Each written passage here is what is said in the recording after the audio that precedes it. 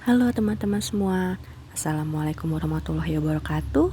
Selamat pagi, semoga kalian semua dalam keadaan sehat. Kembali lagi kita di perkuliahan hukum organisasi internasional. Dan pada hari ini kita akan membahas mengenai salah satu badan utama di dalam PBB, yaitu adalah Dewan Keamanan. Dewan Keamanan PBB merupakan salah satu dari badan utama PBB. Seperti namanya yaitu Dewan Keamanan, maka tujuan utama dari keberadaan Dewan Keamanan ini adalah untuk menjaga perdamaian dan keamanan internasional.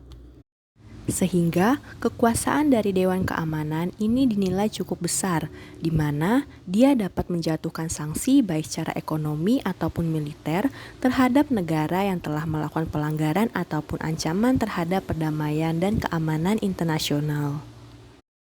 Hal ini merupakan konsekuensi logis dari pasal 24 Piagam PBB terhadap keberadaan Dewan Keamanan. Sesuai pasal 24 Piagam PBB, Dewan Keamanan memiliki tanggung jawab utama untuk memelihara perdamaian dan keamanan internasional, serta menyetujui bahwa dalam melaksanakan kewajibannya atas tanggung jawabnya, Dewan Keamanan akan bertindak atas nama dari negara anggota PBB.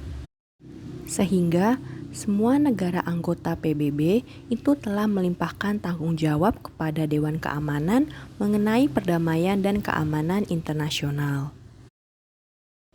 Secara garis besar, Dewan Keamanan PBB memiliki 4 fungsi.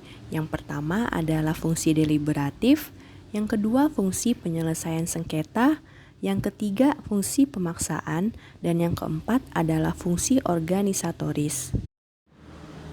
Fungsi deliberatif berarti bahwa Dewan Keamanan dapat mengadakan sidang untuk membahas masalah terkait kondisi dan konflik yang dapat mengancam perdamaian dan keamanan internasional.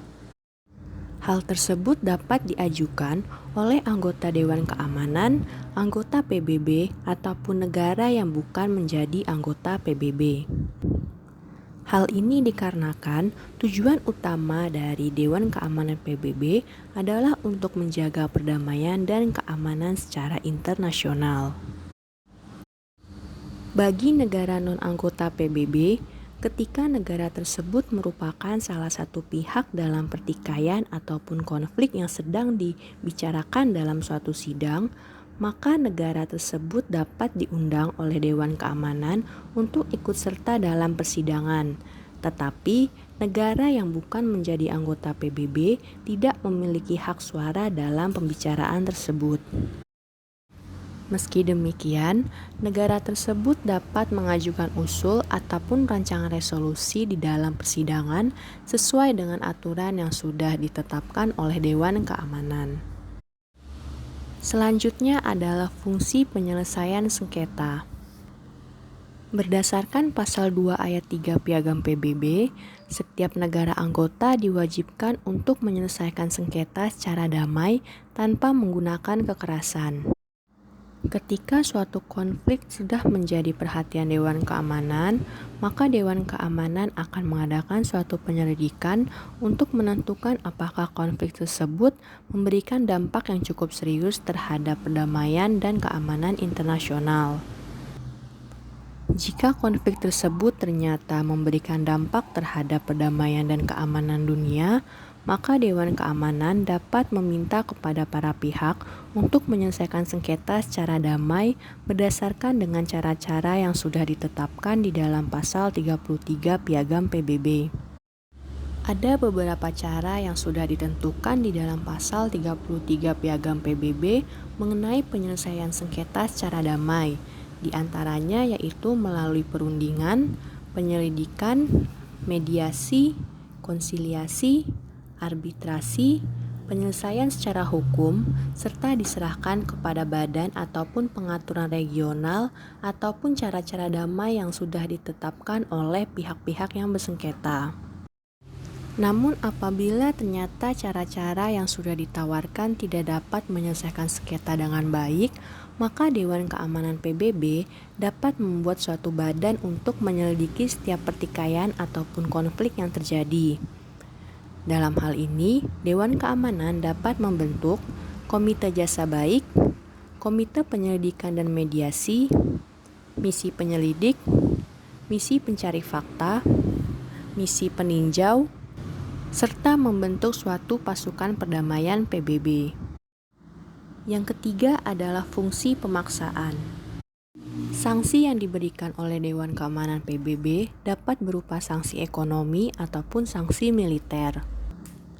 Ketika suatu negara melakukan tindakan yang melanggar ataupun mengancam perdamaian dan keamanan internasional, maka Dewan PBB akan menentukan terlebih dahulu apakah tindakan tersebut telah memberikan ancaman. Setelah ditentukan bahwa tindakan negara tersebut telah memberikan dampak buruk terhadap perdamaian dan keamanan internasional, maka Dewan Keamanan PBB dapat membuat rekomendasi ataupun keputusan dalam rangka pengenaan sanksi terhadap negara yang telah melakukan tindakan tersebut. Rekomendasi ataupun keputusan ini dapat dikatakan sebagai tindakan sementara.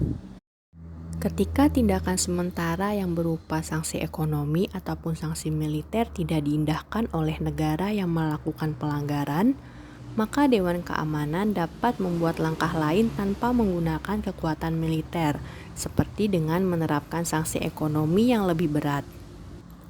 Dalam hal ini, Dewan Keamanan dapat meminta kepada negara anggotanya untuk memutuskan hubungan secara ekonomi ataupun diplomatik terhadap negara yang telah melakukan pelanggaran. Ketika pengenaan sanksi ekonomi juga tidak memadai dan tidak efektif, serta negara tetap tidak mentaati keputusan dari Dewan Keamanan, maka Dewan Keamanan dapat mengambil tindakan militer, baik melalui udara, laut, ataupun darat. Hal tersebut merupakan contoh dari fungsi pemaksaan yang dimiliki oleh Dewan Keamanan. Fungsi yang keempat atau yang terakhir adalah fungsi organisasional. Untuk fungsi organisasional, ini lebih banyak mengenai keputusan yang akan diambil oleh Majelis Umum PBB, tetapi Majelis Umum PBB sebelumnya memerlukan persetujuan terlebih dahulu dari Dewan Keamanan. Ada beberapa hal mengenai keputusan yang akan diambil oleh Majelis Umum PBB yang terlebih dahulu memerlukan persetujuan dari Dewan Keamanan, seperti permintaan keanggotaan baru bagi PBB, pengangkatan Sekretaris Jenderal PBB, pemilihan para hakim di dalam Mahkamah Internasional atau ICJ, penangguhan keanggotaan, serta pengusiran keanggotaan dari anggota PBB. Pembahasan selanjutnya adalah mengenai keanggotaan Dewan Keamanan. Seperti yang diketahui, bahwa keanggotaan di dalam Dewan Keamanan terbagi dalam dua bentuk. Yang pertama adalah anggota tetap dari Dewan Keamanan, dan yang kedua adalah anggota tidak tetap dari Dewan Keamanan. Anggota tetap Dewan Keamanan dapat dikatakan sebagai negara yang merupakan pendiri dari organisasi PBB. Di antaranya ada Cina, Prancis, Uni Soviet, Inggris, dan Amerika Serikat. Untuk Uni Soviet, di masa sekarang sudah berubah menjadi negara Rusia, dan pada saat ini, ketua dari Dewan Keamanan merupakan perwakilan dari negara Cina. Khusus bagi negara yang menjadi anggota tetap dari Dewan Keamanan, mereka memiliki hak veto, di mana ketika Dewan Keamanan mengeluarkan suatu resolusi atau suatu keputusan, dan salah satu negara dari anggota tetap Dewan Keamanan ini mengajukan hak veto, maka resolusi ataupun keputusan tersebut dapat dibatalkan. Sedangkan untuk negara yang menjadi anggota tidak tetap dari Dewan Keamanan, pada saat ini berjumlah sebanyak 10 negara. Pemilihan negara yang akan menjadi anggota tidak tetap dari Dewan Keamanan PBB dilakukan oleh Majelis Umum untuk dalam masa jabatan 2 tahun. Pada tahun 2019, terdapat 5 negara yang ditetapkan menjadi anggota tidak tetap dari Dewan Keamanan PBB untuk masa jabatan 2020 sampai dengan 2021. Di antaranya ada Estonia, Niger, Saint Vincent dan Grenada, Tunisia, serta Vietnam. Kemudian pada tahun 2020 dipilih kembali negara yang akan menjadi anggota tidak tetap Dewan Keamanan PBB dalam masa jabatan tahun 2021 sampai dengan 2022. Di antaranya ada India, Irlandia, Kenya, Meksiko, dan Norwegia. Lalu bagaimana dengan Indonesia? Apakah Indonesia pernah menjadi anggota tidak tetap atau non-permanent members dari Dewan Keamanan PBB? Sejak masuknya Indonesia menjadi anggota PBB hingga saat ini, Indonesia sudah pernah 4 kali menjadi anggota tidak tetap dari Dewan Keamanan PBB. Pada tahun 1973, PBB menetapkan Indonesia menjadi anggota tidak tetap dari Dewan Keamanan untuk masa jabatan tahun 1974 sampai dengan tahun 1975. Indonesia kemudian dipilih kembali menjadi anggota tidak tetap dari Dewan Keamanan PBB dengan masa jabatan dari tahun 1995 sampai dengan tahun 1996. Kemudian untuk yang ketiga kalinya, Indonesia menjadi anggota tidak tetap Dewan Keamanan PBB dengan masa jabatan sejak tahun 2007 sampai dengan 2008, dan yang terbaru yaitu yang keempat, Indonesia menjadi anggota tidak tetap dari Dewan Keamanan PBB pada tahun 2019 sampai dengan tahun 2020. Lalu bagaimana dengan sanksi yang diberikan oleh Dewan Keamanan PBB? Sesuai dengan yang tercantum di dalam bab 7 Piagam PBB, Dewan Keamanan dapat memberikan sanksi kepada negara anggota PBB, baik berupa sanksi ekonomi ataupun sanksi berupa militer. Di samping itu, Dewan Keamanan juga dapat memberikan 2 sanksi lainnya, yaitu sanksi penangguhan keanggotaan serta pengusiran bagi negara anggota yang mengancam perdamaian dan keamanan internasional. Untuk sanksi ekonomi, ini dilakukan oleh Dewan Keamanan tanpa menggunakan kekerasan militer. Adapun langkah-langkah atau cara yang dapat dilakukan oleh Dewan Keamanan dalam menerapkan sanksi ekonomi diatur dalam pasal 41 Piagam PBB, di antaranya yaitu pemutusan hubungan ekonomi, pemutusan komunikasi baik melalui udara, laut, ataupun kereta api, serta pemutusan hubungan diplomatik. Hal ini dilakukan agar negara tersebut tidak dapat memperoleh kebutuhan strategis sehingga negara yang melakukan pelanggaran ini dia dapat mentaati keputusan ataupun resolusi yang sudah ditetapkan oleh Dewan Keamanan.